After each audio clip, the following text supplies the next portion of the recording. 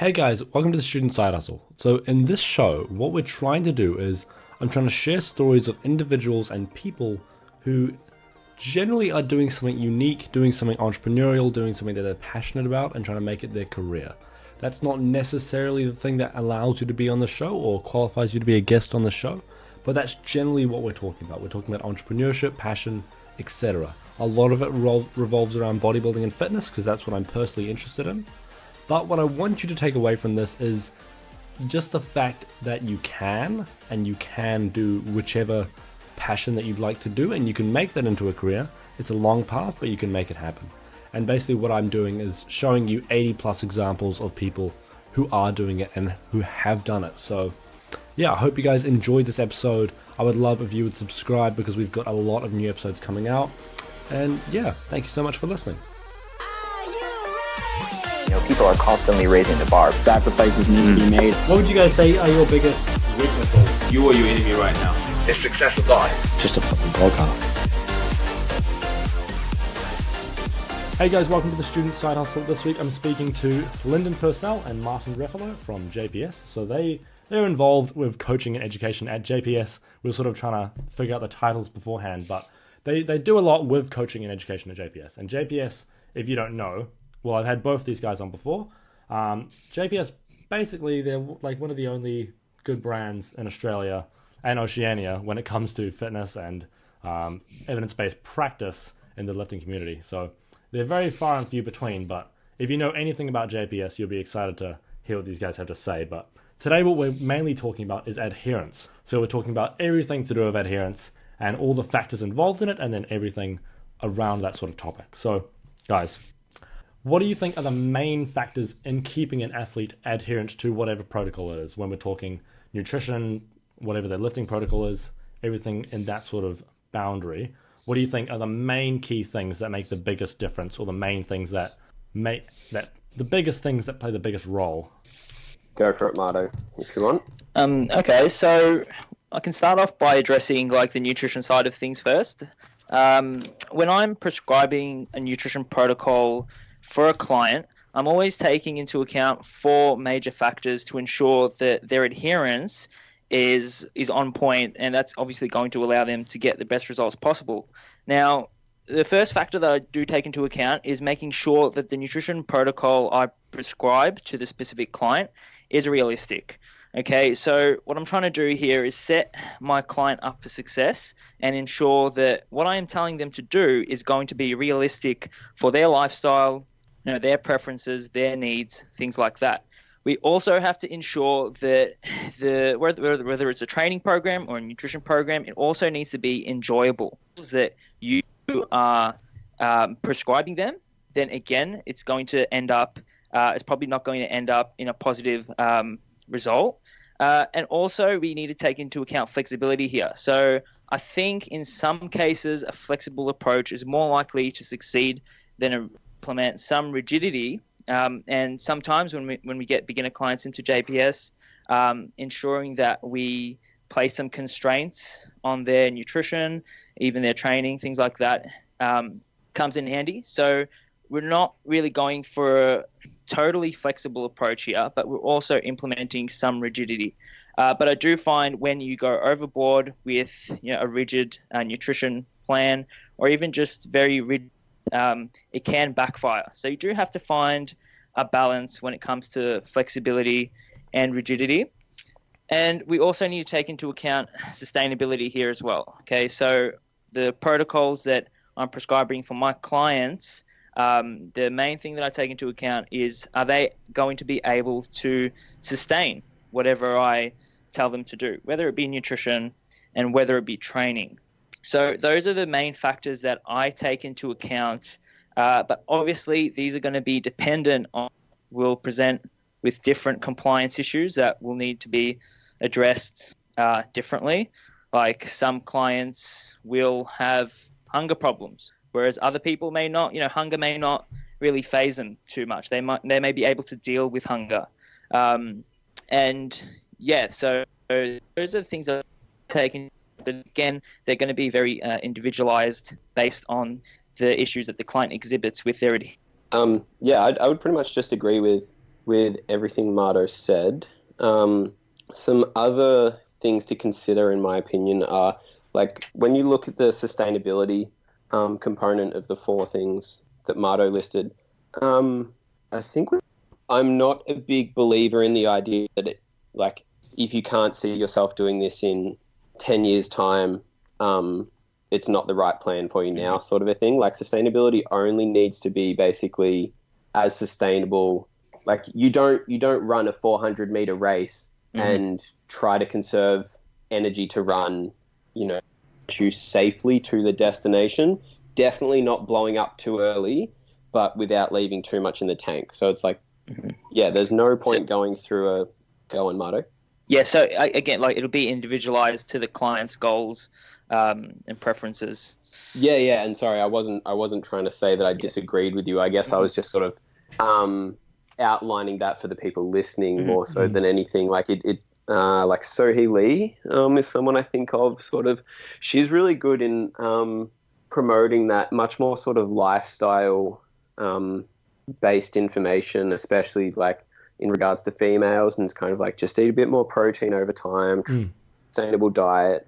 But to my knowledge, so he mainly works with people online and is kind of like an educator through like social media and stuff like that. So she doesn't get the opportunity to work with people a little bit more intimately. Like Marto, when he's got his physique competitors, because he does a lot of physique coaching, he doesn't want to keep people in a super sustainable deficit. It's like, we've got 10 weeks where we've got to get a ton of fat off you, and then we've got 4 or 5 weeks where we're doing some sort of metabolism rehab, for lack of a better word, like some recovery, dropping diet fatigue, and then we're going to have to go hard again. What about when it comes to something like, okay, that would be one situation where you shouldn't really be sustainable, but what would be, where do you see the line for most people of where it kind of needs to be sustainable? Because say if you're average Joe, you're obese and you're trying to get to a normal body weight,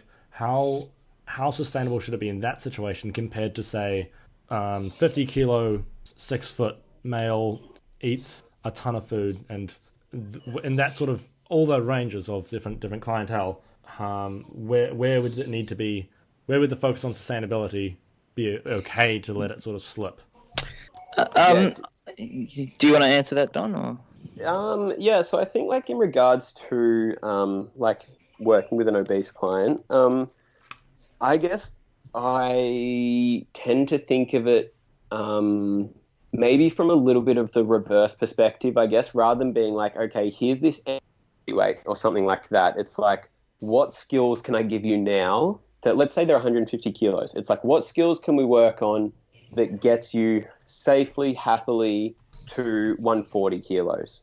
Like, what are the sort of just those really easy foundational stuff that we can just get you feeling like in control of your weight in your life. Like, so I guess when dealing with more overweight people, it's focusing on much, much closer targets, in my opinion. Whereas when you're working with, say, like a physique competitor, you can spend a little bit more time focusing on those further goals in the future. You can set out long-term planning because they tend to have those day-to-day processes in place.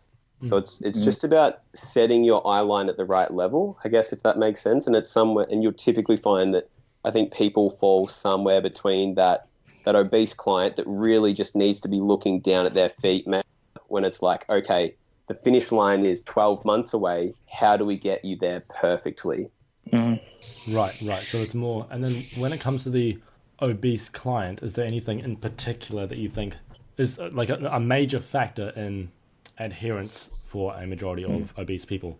Because I think it's the kind of thing where it's so prevalent nowadays, and it's something where adherence is usually the issue. Like 95% of diets fail, if that's the correct number.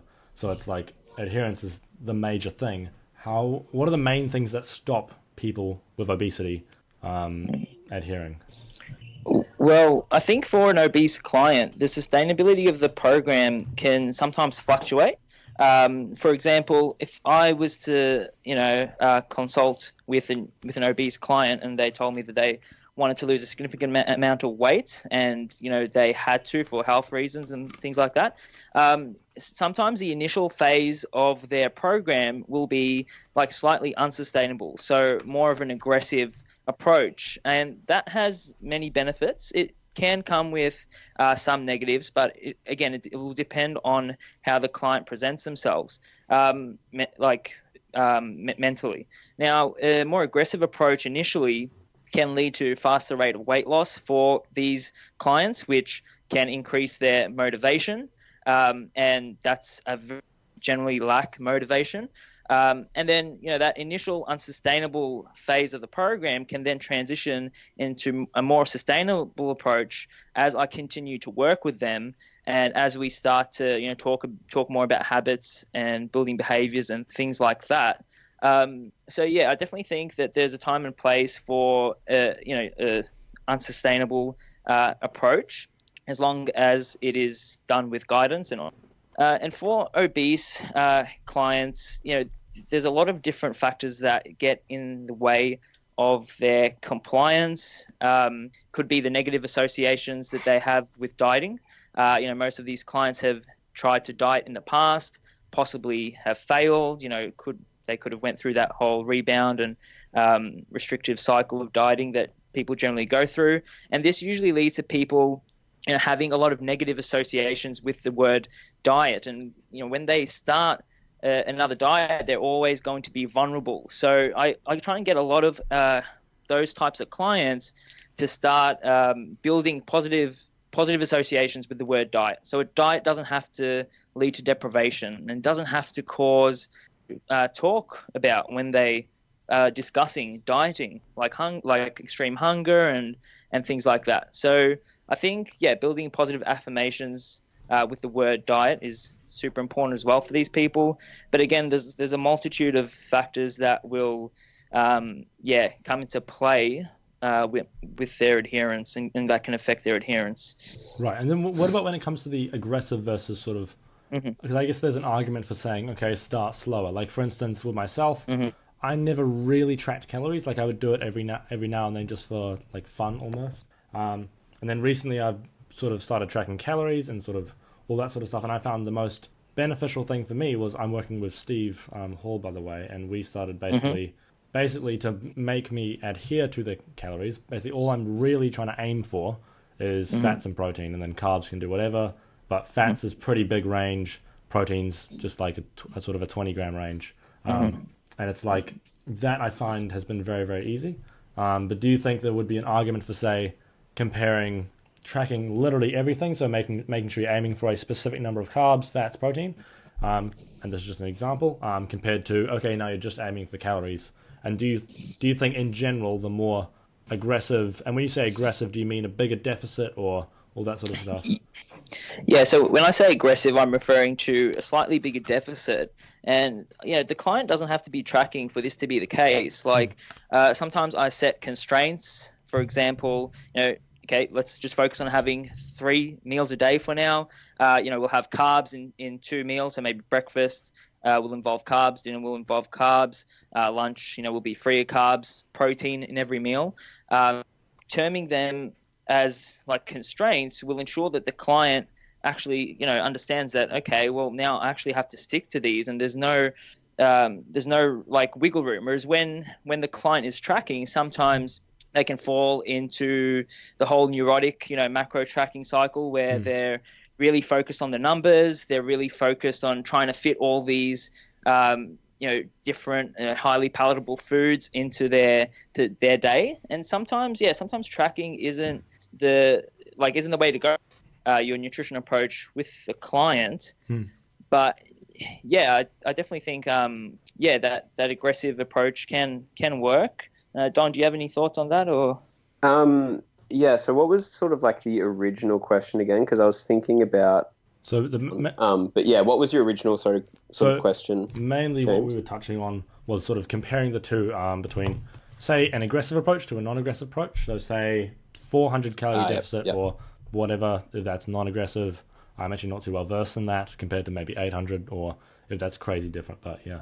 Yeah. So I think like if you take a purely physiological examination of this, like you would say that an obese client has an ability to be in a more aggressive deficit than a leaner client, or a leaner individual, because they've got more fat to liberate. They've got, all these kind of, from a physiological perspective, they are super ready to just get rid of fat. Whereas from the more psychological perspective, you need to then be aware that it's like, all right, this individual is probably not very good at, a BMI of 30 plus or something like that. So I don't think there is a correct answer. I think, as Marto mentioned, you need that quick result can really help in getting them to adhere to the plan. And I think that's something that you need to be really, really aware of when working with an overweight individual, is like they feel like they've been burnt so many times with so many other diets, with some faith, feeling like you might be able to help them, but at the back of their head, they're going, this isn't going to work. In 6 months' time, I'm still going to be unhappy. I'm still going to be fat. I'm still going to be overweight, and I'm going to be just miserable again. Like it's that expectation of heartbreak, basically. And are we almost trying to give them some hope in a way? Sort of say, hey, look, shit works. Yeah, basically. And so much of that, in my opinion, comes from education, and also somewhat believes in an ideology somewhat. Like, whether it's, even if we take meal plans or macro tracking, it's like you have a belief system and you value things based on your past experience that you go like, yeah, this is for me. Like macros is the way because, or meal plans are the way because. And where it's like, okay, which way is this person leaning? What are they believing in? What do they think will work for them? How do I, based on you knowing the principles and the things that are required, how do I develop a method that doesn't clash too heavily with what this person believes?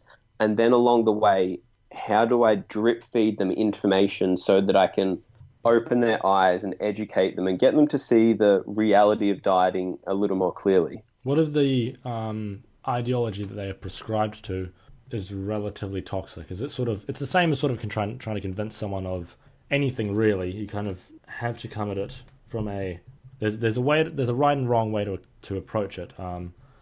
If the ideology that they've prescribed to is practically everything you disagree with, it's incredibly toxic to their well-being and nutritional adherence, how do you go about sort of explaining to them, that was wrong, the person running that just wants money, or whatever the cause of the toxicity is? How do you begin explaining that to someone if they've sort of become they've idealized this ideology of nutrition?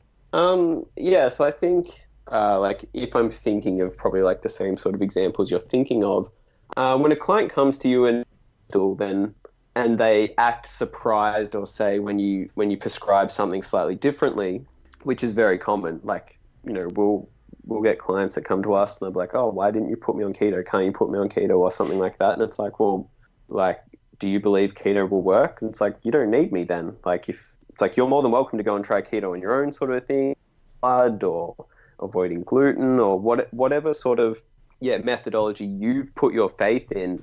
And if you've already tried that in the past, like, why are you coming to me for coaching assistance? Like, if you recognize that you need help, then we probably need to go with, some more of my suggestions than some of yours.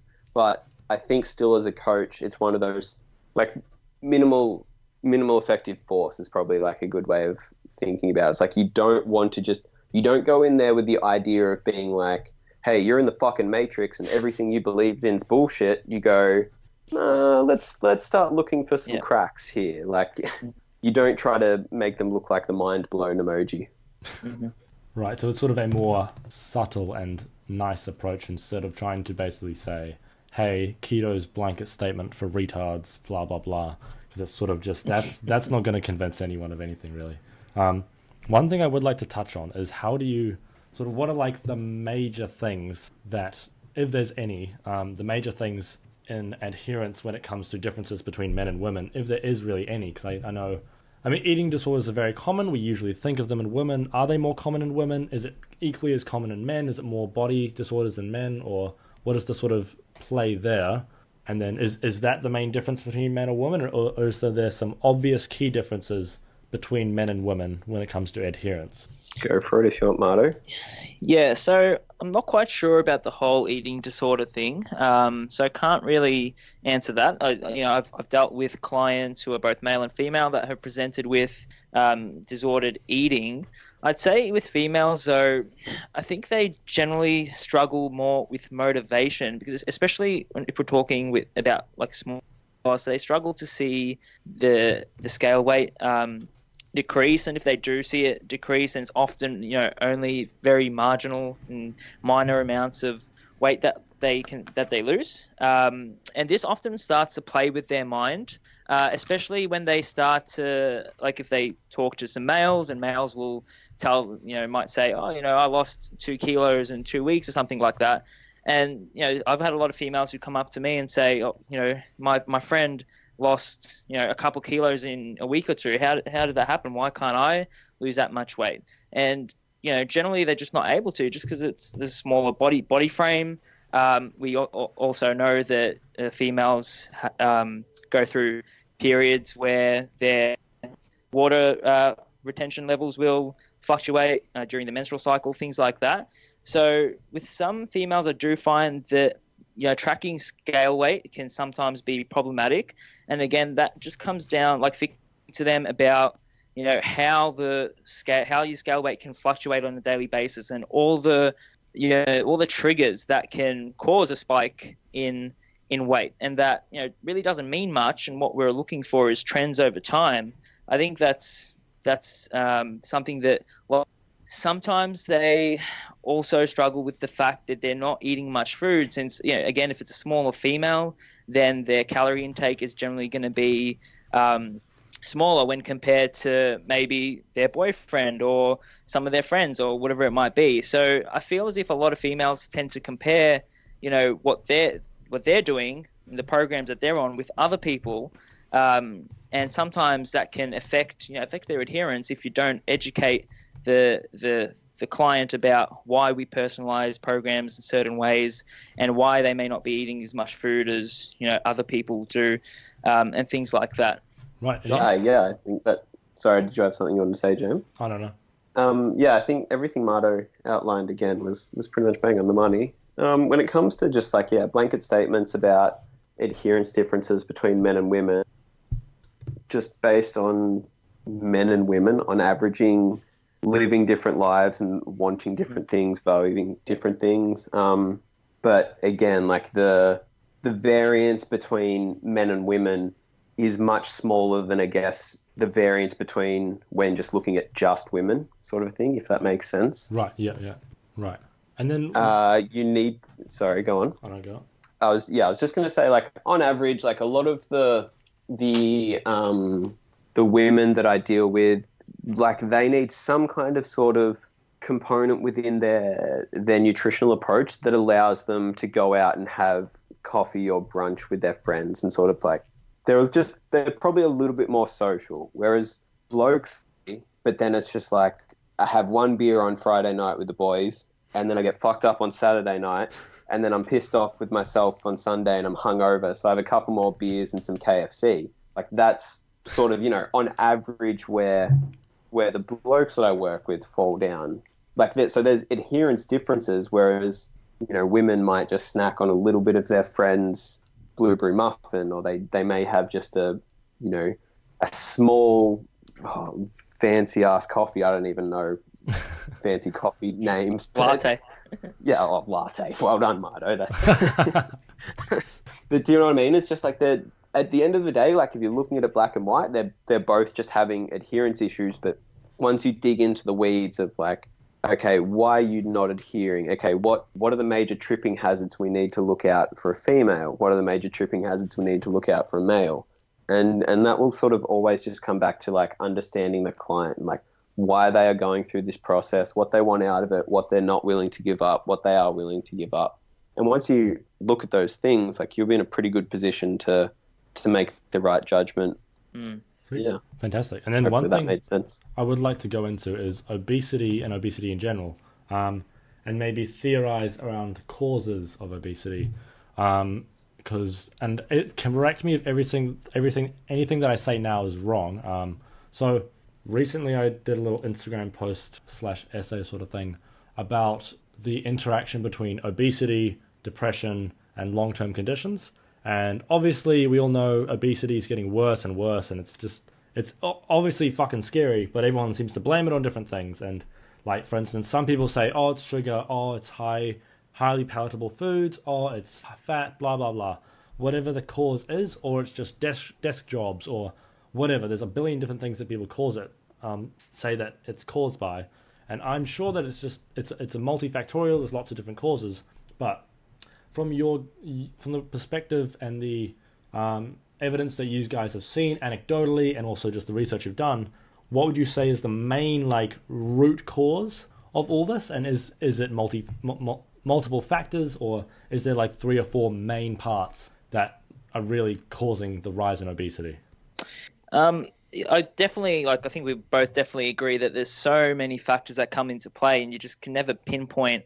We work with at JPS. I think the fact that food availability is so high these days, and the high calorie foods are generally what you will purchase when you go out to eat, and the fact that a lot of our clients tend to buy lunches on a daily basis. They don't prepare their lunch or their meals in general, and a lot of the clients that I've consulted tend to buy a lot of their food, and the fact that a lot of the food that is available these days is very high in calories definitely doesn't help. And not to mention the fact that a lot of foods are marketed as healthy, and they may consist of some foods that are deemed healthy, but the calorie content of some of these foods is quite substantial. And a lot of people, I don't think, understand that concept that just because a food contains a lot of granola bowls that are sold at cafes and things like that,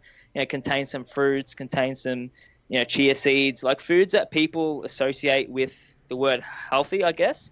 But I don't think a lot of people understand that these foods can be so high in calories, and it's just so easy to eat in a surplus, when you go out for breakfast, 3 to 4 times a week, and buy your lunch up quite a bit. I guess that's what I've found with a lot of the clients that I've dealt with. Don, not sure what you would say. Yeah, so I'd probably like to take a step back quickly.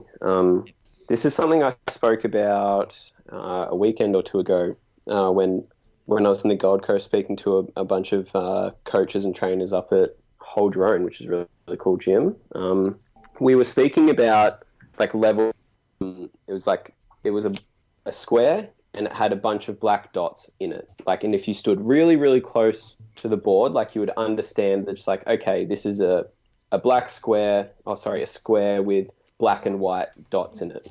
Then as you step further and further away from the board, there's more black than white in it. And once you stand, say, 10 meters away from the board, it just looks like a black square, if that makes sense. Right. Then as you get closer and closer again, you could look at, say, each individual black spot within that board, zoom in really, really close to the atomic level, and even the bits that were colored black on the board wouldn't all be black. Not every atom on that whiteboard would have a bit of black ink on it, even if it fell within the black square, if that all sort of made sense. Right. What I'm going to say is truth and statements about obesity and all these kinds of things are only, they are, who's got music going on? I think that might be the gym. Can you guys hear that? Yeah. Can you tell them to shut up, Marta? I can't even think straight. Yeah, give me a sec. Keep going. All right. Sorry, James. No, that's okay. If there's one thing that all my clients know about me, and I know there's 2 or 3 clients who will listen to this. So for starters, hello Pendles, I'm giving you a shout out, but don't tease me for falling off topic. Yeah, my brain just, man, I get very easily distracted. Okay, back to the topic at hand. Yeah, so the truth about any kind of statement about what causes what really depends on the level of analysis that we're looking at. If you look at the at the molecular level, what causes insulin resistance is one thing, but then when you look at like the organismal level, what causes insulin resistance is another thing. When you look at populational level, it's another thing. So that's just something that we need to consider. There are basically everything everyone says about obesity is sort of true. You just need to define those. Calories in, calories out still holds true. Like that is fundamentally what causes obesity. You have eaten too many calories, you've consumed too much energy compared to what you're burning off. Now, there are so many factors that play into that, both in the calories in and in the calories outside of the equation. But when it comes to causes of obesity, I think that is about as true a statement as we can make. The third thing I'd like to say is, I think just with an understanding of, industrialization, development in the Western world, like we have, and even just like development in the, third world and things like that, like we are, maybe I think it's like multiple tens of thousands. It might be like 30,000 people every day are sort of being saved from starvation. Right. And I think like I can't remember, the World Health Organization or whichever sort of the governing body is that looks at this sort of thing is, they I think that starvation will be eradicated by maybe like 2030 or something like that. I'm probably getting numbers mixed up, but basically like we are making food more available just all around the world. So it's a great thing that we're saving people from being starved. But that comes at the cost where in the West in particular, we have such an availability to food. But again, go back 200-300 years, things were different. And would we trade places with people 200 or 300 years ago? Probably not. So every benefit will come at a cost, and that's just the modern problem we face. The final sort of thing I will get into before I start rambling and tangenting too much is that I think education is really, really big in this area. Like, and I will always probably come at things from an education bias, but something where we're working on at the moment at JPS is where we're going out and going to give presentations to schools and primary schools, that sort of thing, because like we get adults, people that come to us at 20, 30, 40, 50 years old, and you tell them, weight on a chronic basis is determined by calories in, calories out. And they're like, what? Like their mind is blown. They're like, I thought it was carbs. I thought it was insulin. I thought it was, whatever. It's like, if we can give these people, and particularly kids, like education at a young age, and just give them some savviness around nutrition and how to a healthy way of managing, their body weight and just their life, I think that will be a really big factor. I completely agree, but I think a lot of it seems to come down to, like, for instance, the companies that sell food, and I hate to be like all like tinfoil hat, fuck the corporations, all that kind of shit. No, you don't, James. You love it. Yeah, I'm an absolute conspiracy theorist. But it's like, at the end of the day, the food that's being sold is pretty fucking bad. And, I mean, there's measures that are in place. Like, for instance, in New Zealand, we have, like, a health star rating, which is kind of okay. But it's like, what determines if a food is healthy? It's so context dependent. And I agree, education is so key. Because, like, my friends, even now, the ones who I've educated, still come to me and say shit like, is this pasta healthy for me? And I'm like, what's your goal? What do you need? What are you looking to get from this piece of food? And it's like they don't even understand that sort of concept. I mean, I hope education can solve it, but I feel like the environment is so easy to be obese nowadays, because it's like hyperabundance of food tastes great, no one moves. It's just all these different factors. And yeah, I don't know, it's very daunting. Well, yeah, that's why educating the client about all those things is so important. Like the clients that I've had most success with in the past, when it comes to weight loss and sustaining the weight loss, are the ones who've been willing to really learn more about all these factors and, really take into account what I have to say. And, the ones that also attend the JPS workshops and things like that. So like Lyndon said, teaching my clients about all these things is my number one goal as a coach, from the get-go. So yeah, that's education is definitely, for these obese individuals, something that they need to take into account if they want to be successful in the long run. Right, and do you think could it ever be the case that, say for instance, if we had like a mandated government, okay, this is how you should eat food, calories in, calories out, teach those basic laws, something like that. Do you think something like that could then change sort of the face of obesity? Hopefully, I definitely think that could help because, these days, when you watch TV shows like about fat loss, and you browse the internet and about fat loss, I hardly see anything about calories that I consult with have an understanding about the whole calorie intake concept. So I definitely think it could help. Lyndon, what do you have to say? Yeah, so I think you raised a really good point, Marto, about successful clients and what are the characteristics of people that successfully keep weight off. So if you want to be successful, I think you need to be more concerned with improving how you operate in the world as an individual. This needs to be sort of, how do we empower the individual as opposed to how do we change the structure of society so that individuals don't do retard things and drink trans fats by the gallon or something like that. In regards to go on, to make a big societal change like that is almost for instance, and I think people go about it the wrong way. For instance, with Jamie, the cook, the chef, I can't remember his last name. He was promoting sugar tax. 30-minute meals. Yeah, Jamie Oliver. He was promoting sugar tax and I think. Correct me if I'm wrong here, but I believe sugar intake's gone down, but obesity is still going up. So we can pretty much rule out sugar for the most part. Yeah, so I think my first social policy change would be to just muzzle people like that from having an opinion. Proponent. But yeah, so this is where someone like Martin and I need to just be we obviously recognize our scope of practice and we're just speaking more about opinions here than making claims about changing social policies. But obviously our area of expertise is working with the individual. We are not experts in designing social policies. But from my readings on the topic of just sort of politics and the success of varying social policies in the past is social policies have a very rude tendency to have almost the inverse effect of what you're trying to do. And that's something I'm just looking at my bookshelf now, and a book by Thomas Sowell, The Vision of the Anointed.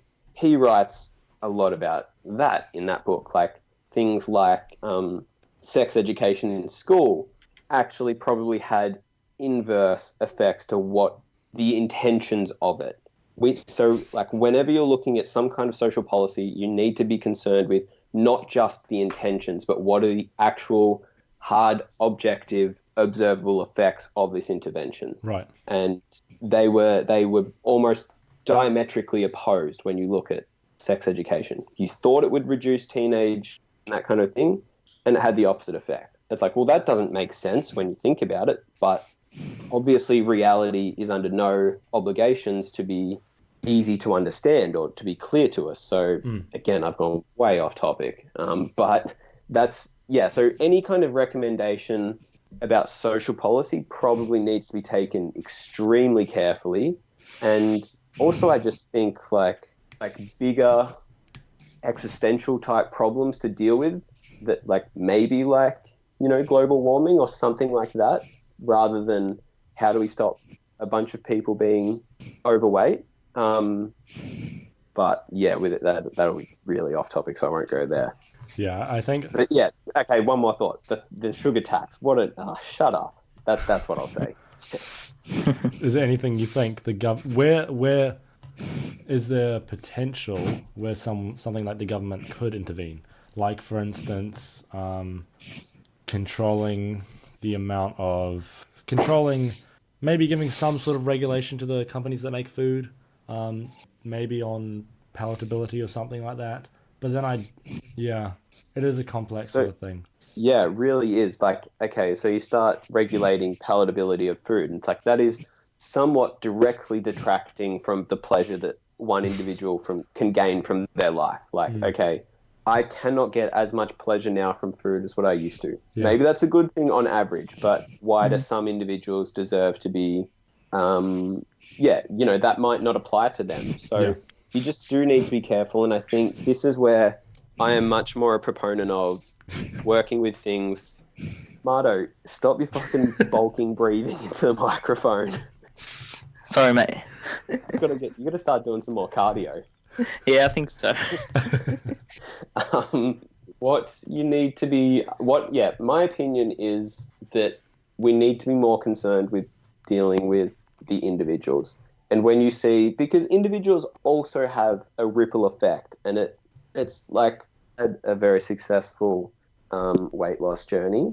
And so many, like she knows so many people, and all those people recognized how much weight she lost. And then when people speak to her about it, it's like, how did you lose weight? And it's like, oh, well, calories in, calories out, blah, blah, blah. Like that information does spread. So I think you worry about the individual, you do a good job of helping the individual and putting the pressure on the individual to help themselves. I think that is more of the correct approach than government intervening, because government is run by individuals and individuals are flawed. Right. Yeah, that's the thing. I mean, I think it sucks that we're in a place where we need intelligent individuals to help people who don't know about this sort of topics. And we need things like personal trainers, people like yourself, to intervene with individuals, because I think on like a population basis, that's pretty fucking hard to get. Because one, most PTs are trash. Most fitness people are trash. Some people don't even believe in calories in, calories out when they're in fitness. But maybe that's just a flaw of the industry. But I guess, yeah. That's a flaw of every industry. Yeah. So, remember, like Sturgeon's law, like 90% of anything is trash. Like the elite can only be elite. It's like, you can't have 100% good personal trainers. There can only be a finite amount of good personal trainers. Sadly. And I think that is one of the really cool benefits of social media. It's like, basically everyone now has a smartphone. JPS, and particularly JPS Education, put out, I think, fantastic information in regards to, look at me speaking about JPS Education like a third-person perspective. Good information. It's just like, irrespective of whether you can work with us, you can action the advice and information that we put out. Like, so, I forget why I was raising that point, but yeah. Yeah, I think information is really accessible. But I mean, personal trainers are out there. The fact we have the internet is you don't need to be now just limited to the information that the guy at the local gym or down the street gave you. You can research things for yourself. But if people aren't willing to research things for themselves, put time and effort into things, then it's like you also don't get to have the dissatisfaction with being overweight. It's like you can have almost anything, but you can't have everything. You've got to be willing to give up some things. Right. One thing that I think is something that I'm interested in recently, and maybe this will go completely off topic, but I want to touch on social media just in general, maybe in relation to obesity. When it comes to expectations, do you think they are heavily influenced by social media? Or do you think... Because I think for me, they were never really influenced by social media too much, because it was sort of... I mean, I got results quite fast, and I sort of responded very, very well to weight training. But I think I didn't go and say, I want to look like David Lade within 2 years.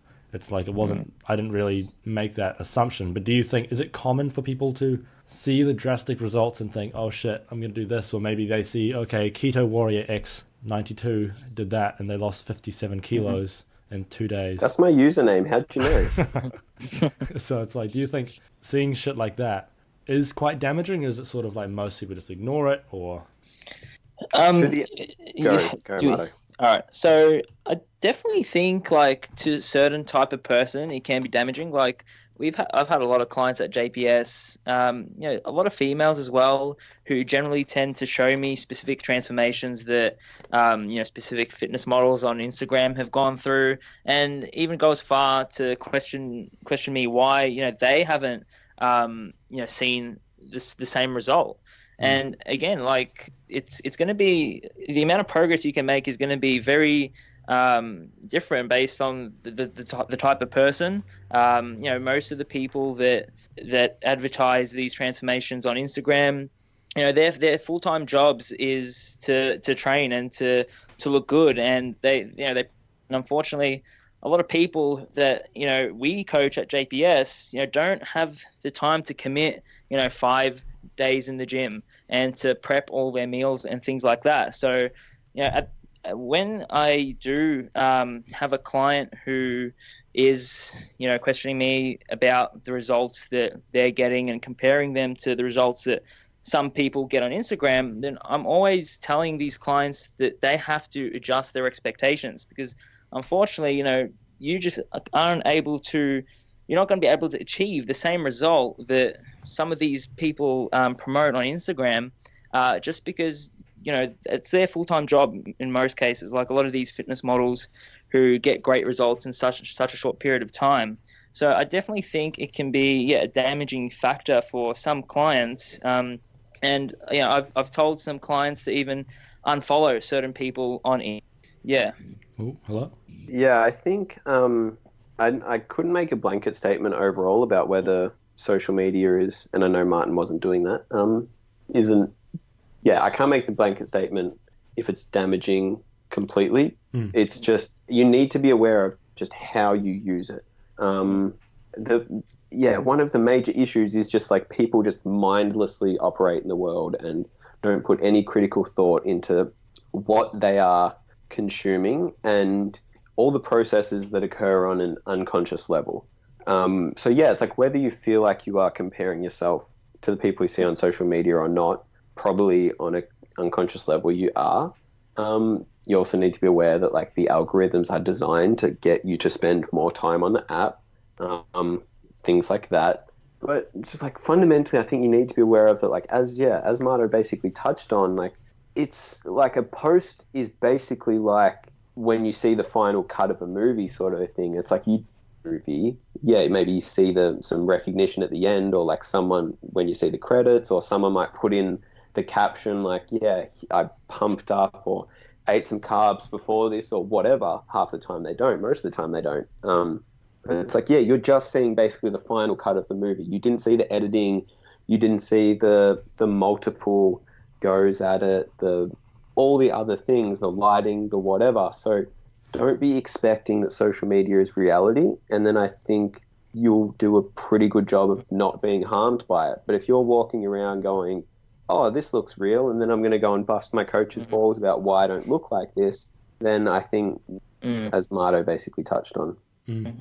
I think I agree. I think it, like, even for myself, it doesn't damage my expectations, but I think, again, educationally, it can become quite a cancerous source of information. Like, you'll get people like, smarkish, if you get what I mean, I don't know if that made any sense. But it's like you get people that put out shitty information, and that combined with the results that they get, that I think it's difficult. It becomes more and more difficult for me to comprehend, because it's like you're promoting something that doesn't work. At the long term, you'll be found out, but then you're still going to trick people who, like, are 6 months into fitness, they're going to be tricked, which is the sad part. But yeah. Yeah, I'd like to say, like, in the context of bodybuilding, like, a lot of online coaches, 10 to 12 weeks time, and I've had a lot of, some of my clients question me about the fact that, they probably could be getting ready in a shorter period of time as well. But the thing is, when these coaches advertise that their clients are getting ready in such a short period of time, they're getting so shredded, you don't really see what happens after the contest. And that's where a lot of these clients face issues, is not, throughout the prep, but is afterwards, the post-comp rebounds, and, the fact that they probably hate training and hate food after their contest, and just things like that are never really posted on social media. And, tend to suck people in, because if a client sees that, this coach is getting their clients ready in months or something like that, a client is going to be inclined sometimes, in most cases, to go with, with the the coach who can get them ready in such a short period of time. Now, that's why, again, education is so important, because when I do get a client who wants to do a contest prep, I thoroughly explain, why we are taking the longer road. In most cases, that's to ensure that the process is smooth. So not only contest prep itself is smooth, but also the post-contest period, and ensure that they don't face any of those very aggressive and short contest prep. Yeah, I think that's a really good point, Marto. Like there's so much that doesn't get shown, and like even outside of the contest prep sort of realm, like a lot of the, let's say, just like the typical kind of like 12, 16 week like fat loss company promote on their Instagram is like typically that isn't that client's first fat loss transformation. It's like that might be their third or fourth attempt at fat loss, and they may have gone the first time they went from 80 down to 74, and then the coach, a bit of a gaining phase, got them up to 80 again. Then they got down to, in the next time they did 10-week diet, they got down to 73 or something like that, gained them back up to 80. And then by the time they've done it twice, they're like, okay, now I can execute a 10-week diet like flawlessly. I recognize like the mistakes I've made the last two. They get back up to 80, they do another 10-week diet, and they get down to 70, maybe even below 70. They get down to like 69 or something like that, and they're, bone shredded. And it's just like, here's a 10-week transformation. So-and-so lost 11 kilos and got in shape. And then you get an influx of people going, I want this 10-week transformation. It's like, well, this was with 4 months of work before that. Like, and so we just see that all the time as in-person coaches. Yeah. Like people being like, I want this, and I can see this is doable in 10 weeks. And it's like, yeah, but it takes you 2 years to learn the skills to do that. Yeah, and especially with females who really want to change their body composition, and again see all these crazy results on Instagram. Sometimes it's hard for my female clients to comprehend that they have to go through several months of gaining weight. I term it a muscle building phase. And again, that's something that isn't really advertised as much on social media. It's the fact that, to change your body composition in the long run significantly, you need to go through, certain phases where you are aiming to gain weight. Obviously, most of that weight, we're trying to minimize fat and maximize muscle gain. But there has to be, an increase in scale weight in most clients to comprehend that they have to spend, a significant period of time not losing weight, really, because a lot of the clients that we get coming to JPS have only ever been through fat loss phases and haven't even thought about the fact that they may have to gain. I think that's again, educating them about that is super important too, and does take some time, but it can be done. I think it's very important, and I think a lot of people, like even men, don't see that still. Like they don't like. There's this kid that I sort of teach, and it's like a while. Like he'd been gaining for a while. I think not sure how much he'd gained, but a decent amount. And he was sort of thinking, okay, I'm 6 months into gaining. I want to do a cut, and I'm like, why? Like, what is your end game goal? Why not just commit to the phase for a little bit longer? See how long you can go with this for a reasonable degree. And I think it's hard to be patient. I think. I think I was lucky in the sense that I started off very lean, like skinny little white boy, had no muscle on me, nothing on me. So for me gaining weight, it was like, okay, fat is fine because there's nothing on me anyway. And it was sort of, but I can't imagine these sort of adherence issues that most people have when it comes to the fear of being fat or getting fat or gaining size in general. Like I spoke to Corinne Ingman, who's a fantastic IFBB pro from the UK. She's female, and it's like talking to her about gaining size. It's like she's a female bodybuilder who's extremely jacked, yet she still has issues feeling too big.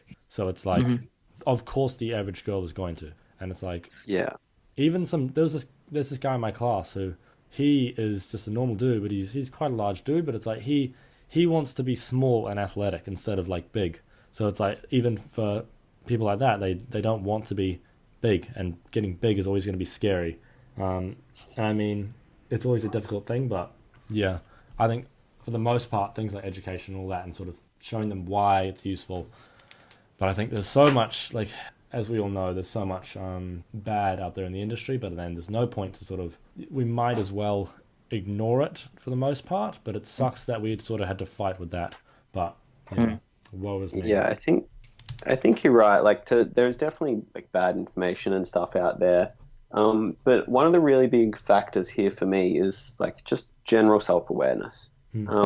Like Martin sort of mentioned, like it's very common to get girls come to us and they're like, I really want this transformation in 15, 20 weeks, something like that. Make me look like this. It's like because they've neglected, you know, like their health or their body weight or their body composition like that for so long. They basically like back themselves into a psychological corner and then they're so desperate to get out of it. And that's when they really start making bad decisions, and they'll come to a coach, and if he can't help them and he's like, no, look, this is going to take you 6 months, you know, I can't do this for you in 10 weeks like you want, they jump to the next coach. And then they get that fast weight loss, then they get that rebound.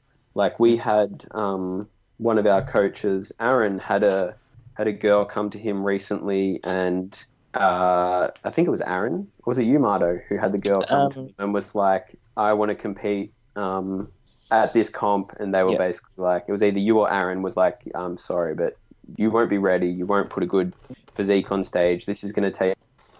That is just very indicative of like, you sort of wait till the last minute, you weren't prepared, you want something very likely because of sort of like external validation as opposed to sort of those internal drives of the reason that you're doing it, made when you try to make them rushed or because of external circumstances. So I think like if you are just someone listening to this and you are like, okay, I'm getting slightly unhappy about my body, or I feel like I should do something about it, it's like, don't ignore it until that minor problem becomes a major problem, because then you'll be desperate. Like, start working on these things before they become catastrophic. Like, I guess does that kind of tie into what we were saying? Like, because I just see that all the time. It's like, you can't ignore a problem, hope it'll go away, then just be like, fuck, I'll do anything to fix it. That will just end badly.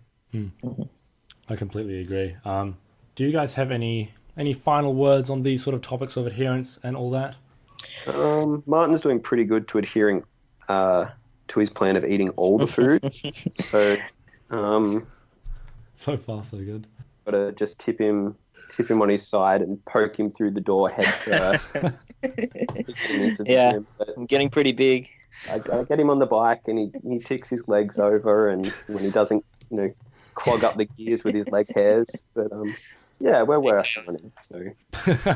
But where can we find both you guys? Where can we find everything JPS? So I think the best place to look is probably Instagram. So we've got, you know, JPS Health and Fitness. We've also got JPS Education, which puts out, you know, content on a daily basis. So yeah, be sure to follow those pages, and you can also find us on Facebook. And yeah, if you want to find me, so Mr. Fitness on Instagram. Lyndon, what's your tag? Hot and what? Mine.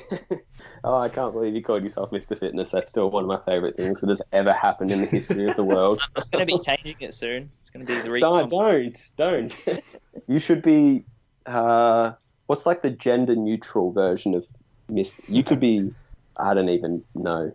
Ms/Mr. Fitness. That would be my preference.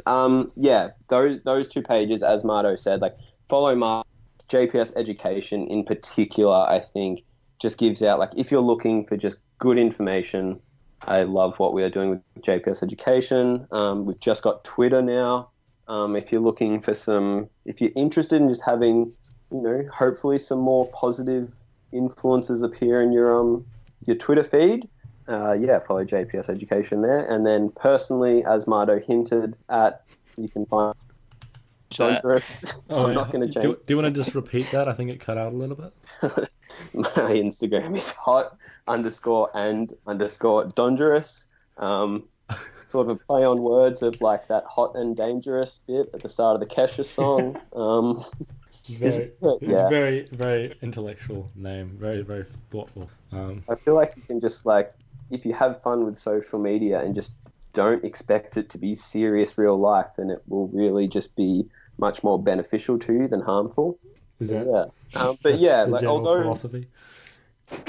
all jokes aside, although I don't post a ton of sort of like, here's my physique at 6:05 in the morning when I farted once and looked at food twice. I am more than happy to, I post whatever I want on my feed, but I'm more than happy to discuss things with you. Like, so if you ever have any questions or whatever, please feel free to contact me. So yeah. Cool. Yeah, and we also run the mentorship program if anyone out there is looking to, I guess, educate themselves a little more and possibly get into personal training. I think the mentorship program is probably, something you should consider. Yeah, so you don't just get James Walsh-Shammy just blasting you for being a shitty personal trainer. If only all the PTs could just do the mentorship program, the world would be great. I can agree with that, yeah. Probably solve the obesity problem. Yeah, most likely. Most of the world's crises, actually. I think it would take out most of the tyranny from the world. But is there any other products or anything you guys want to pimp? No, that's it for me. Cool. I've got a certain like hair gel that I know Mardo's very fond of. I'm not sure what kind of products you're speaking about, but Mardo's hair's been looking really good lately. So, but nah, that's all good. Thank you guys so much for listening to this episode of the Student Side Hustle. I would appreciate so much if you would leave a review if you'd like to hear more of what I'm saying. Then I would love if you would follow me on Instagram or check out my other social media, all linked in the show notes. And again, I would just like to say thank you so much for listening. Have a wonderful evening and study hard.